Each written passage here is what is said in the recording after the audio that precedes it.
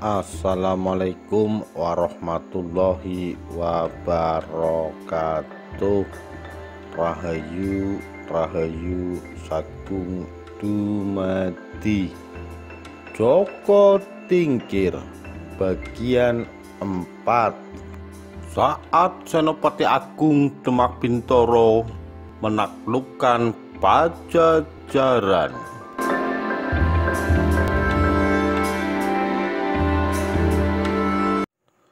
Pada masa Sultan Trenggono, sebelum kedatangan Raden Thayyib, seorang bangsawan dari Pasai yang ikut mengabdi kepada Demak Bintoro, dia adalah Fathahilah.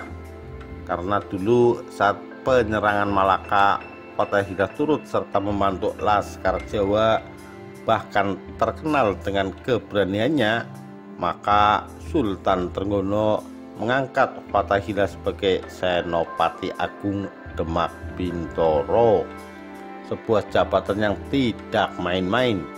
Fathahilah menggantikan kedudukan Sunan Kudus.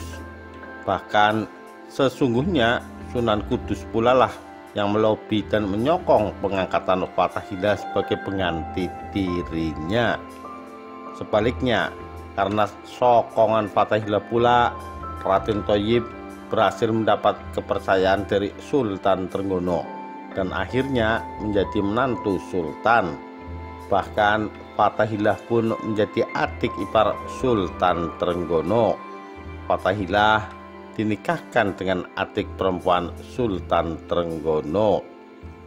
Dari Kesultanan Cirebon, Sultan Cirebon Sunan Gunung Jati memberikan kabar kepada Sultan Demak dan Dewan Wali Songo bahwasanya Raja Pajajaran Ratu Samian tahun 1521 sampai 1535 telah mengizinkan armada Portugis di Malaka untuk mempergunakan pelabuhan Sunda Kelapa sebagai pangkalan bangsa Eropa tersebut. Kesultanan Cirebon kalang kabut. Musuh Islam telah mendapat angin segar untuk bercokol di Jawa. Ratu Samian dari Pajajaran sengaja mengundang armada Portugis ke Sunda Kelapa karena kedudukan Pajajaran terus-menerus digoyang oleh Kesultanan Cirebon dan Kadipaten Banten. Dengan bantuan armada Portugis, setidaknya pelabuhan Sunda Kelapa sebagai jalur utama perekonomian Pajajaran bisa aman dari gangguan laskar Islam. Pajajaran dan Portugis telah bersekutu. Portugis menerima permintaan Raja Pajajaran tersebut karena memang Portugis pun juga merasa terus-terusan diganggu oleh armada-armada Islam dalam aktivitas perdagangannya. Kabar dari Kesultanan Cirebon membuat Dewan Wali Songo ikut cemas. Serta-merta Sultan Demak atas persetujuan Dewan Wali memerintahkan Senopati Agung Fathahilah merebut Sunda Kelapa dari Pajajaran. Pasukan Demak dibantu pasukan Kesultanan Cirebon dan pasukan dari Kadipaten Banten menyerbu Sunda Kelapa. Peperangan dengan prajurit Pajajaran tak dapat dielakkan. Pertempuran yang dahsyat itu memakan banyak korban jiwa di kedua belah pihak. Pajajaran dikeroyok 3 kekuatan gabungan dari Demak, Cirebon, dan Banten. Armada Portugis belum tiba di Jawa, sehingga Pajajaran terpaksa menghadapi pasukan Islam ini sendirian. Pajajaran memang tangguh. Beberapa kali pasukan gabungan ini terpukul mundur. Namun pada akhirnya Sunda Kelapa berhasil dikuasai oleh pasukan gabungan pada tahun 1527 Masehi. Kedatangan armada Portugis terlambat. Sunda Kelapa telah jatuh ke tangan orang-orang Islam. Armada Portugis yang tidak tahu menahu situasi tersebut harus terpukul mundur kembali ke Malaka. Kemenangan ini membuat orang-orang Islam bersukacita. Sunda Kelapa lantas diakui sebagai wilayah Demak Bintoro. Atas perintah Sultan Trenggono, nama Sunda Kelapa diganti dengan Jayakarta. Jaya kemenangan, Karta kota, Jayakarta kota kemenangan. Lama-lama nama Jayakarta berubah menjadi Jakarta hingga sekarang. Fathahillah dikukuhkan sebagai Adipati Jayakarta. Melihat kegagahan Fathahillah, Sunan Gunung Jati meminta izin kepada Sultan Demak untuk meminjam tenaga Fathahillah guna menundukkan Pajajaran. Sultan Demak memberikan izin, maka berturut-turut pasukan Cirebon di bawah pimpinan Fathahillah dan bantuan pasukan Demak serta Banten berhasil menjebol pertahanan kadipaten-kadipaten wilayah Pajajaran. Kadipaten Talaga yang dipimpin oleh Prabu Pacukuman pun jatuh. Namun Fathahillah harus mengakui kehebatan Kadipaten Galuh. Prabu Cakraningrat, penguasa Galuh yang didampingi Patih Arya Kiban, terkenal kuat.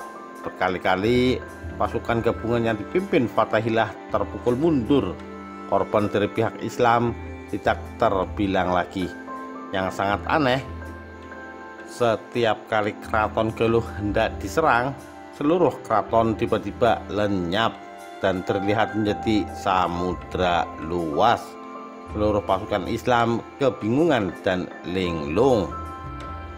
Atas siasat Jitu Sunan Gunung Jati yang menyusupkan putri angkatnya Nimas Gandasari yang terkenal cantik luar biasa itu, maka rahasia Taksuk Niskala atau tumbal gaib Kadipaten Galuh yang berupa batu berbentuk linggayoni berhasil dicuri.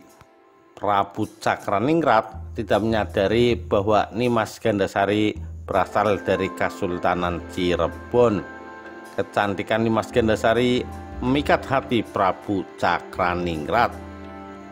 Setelah beberapa lama Nimas Gandasari mengabdi sebagai istri selir Raja Galuh, pada akhirnya dia berhasil mengorek keterangan di mana ditempatkan Taksuk Niskala sebagai tumbal Kadipaten Galuh berada. Begitu berhasil mengorek keterangan dari bibir Raja Galuh sendiri, Nimas Gandasari diam-diam mengambil Taksuk Niskala tersebut dan membawa lari. Galuh kecolongan. Begitu Taksuk Niskala telah hilang dari keraton Galuh, pasukan Islam di bawah pimpinan Fathahillah lantas menyerbu Galuh.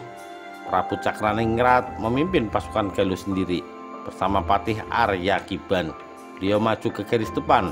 Raja dan Patih Galuh ini mengamuk hebat di Palagan.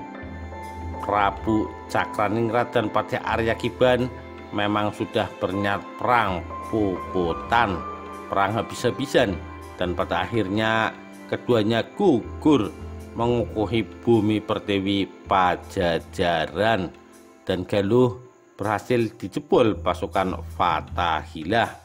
Maka berturut-turut kemudian wilayah Pajajaran berhasil dijebol pasukan Fathahillah satu persatu, hingga akhirnya pada tahun 1543 pada saat Pajajaran diperintah oleh Prabu Ratu Dewata tahun 1535 sampai 1543 Masehi, Pajajaran benar-benar dikuasai tentara Islam. Demikian kisah keberhasilan tentara Islam menaklukkan Pajajaran. Sekian, terima kasih. Wassalamualaikum warahmatullahi wabarakatuh. Rahayu, Rahayu Sagung Dumadi.